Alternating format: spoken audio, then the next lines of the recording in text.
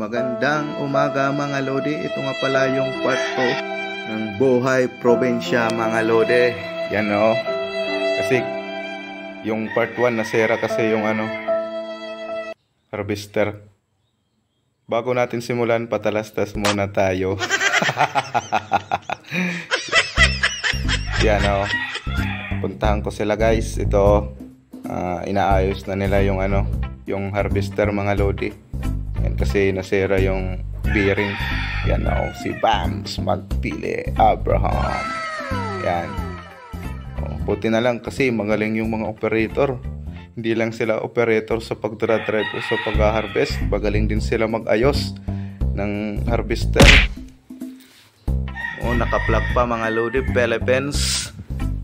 Yan, proud to be Philippines. Yan guys, gumana na mga lodi. Yan, ga-harvest na po sila ng palay mga lodi. Yan, ito ako lodi. Sumakay ako lodi, sumakay ako sa harvester. Kakatakot kasi hello. Say hello mga lodi. Yan po yung mga operator mga lodi. Nakakatakot lodi sumakay kasi malikot. Baka malaglag ako tas ako maligis. Sa Tagalog yun. Tayo na lang inintindi mga lodi. Yan yung palay dyan po nila napasok.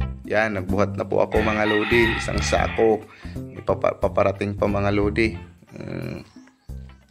Yan pagdating dyan diskarga na yan mga lodi. Yan ang galing lodi.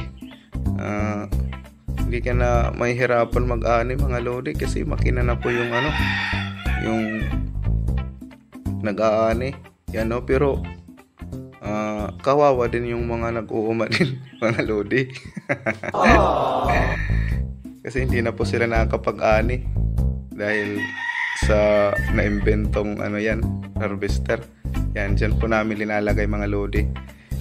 Sa may kalsada galing doon sa gitna ng palayan. Yan ako lodi sigarilyo muna, relax konting 1 minutes. Yan mga lodi. Sumakay na naman ako mga lodi kasi ang init para may hangin na fresh mga lodi. Yan, sumakay ako. Naka-collab duty pa yung operator mga lodi. Yan. Yan ako din kumakapit mga lodi, baka malaglag ako mga lodi. Sakay. Ingat-ingat lang baka malaglag. Tao lang vlog. Yan may nakaabang na. Maglalagay muna sila guys ng mga lodi ng sako para ready na po mamaya pag umandar na. Pang last trip na yata tong biyahe na to mga lodi. Nag-ayos muna sila ng sako para paglabas ng palay, pasok agad dyan sa sako. Ito na, mandar na mga lodi. Pang last na yata to lodi. Last na to. Last na biyahe. Yan, nasa gilid na lang yung yung palay.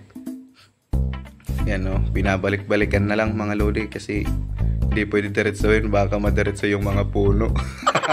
Ma-harvest din masisira yung harvest kaya binabalik-balik lang hindi pwede diretsuhin kasi may mga puno. Yan ang lawak mga lodi. Yan si Ate Tao. Yan last na yan mga lodi. Tiis na lang, tatapos na, pero lilipat pa sila sa kabila guys. Maraming salamat guys sa panonood. Subscribe na lang po.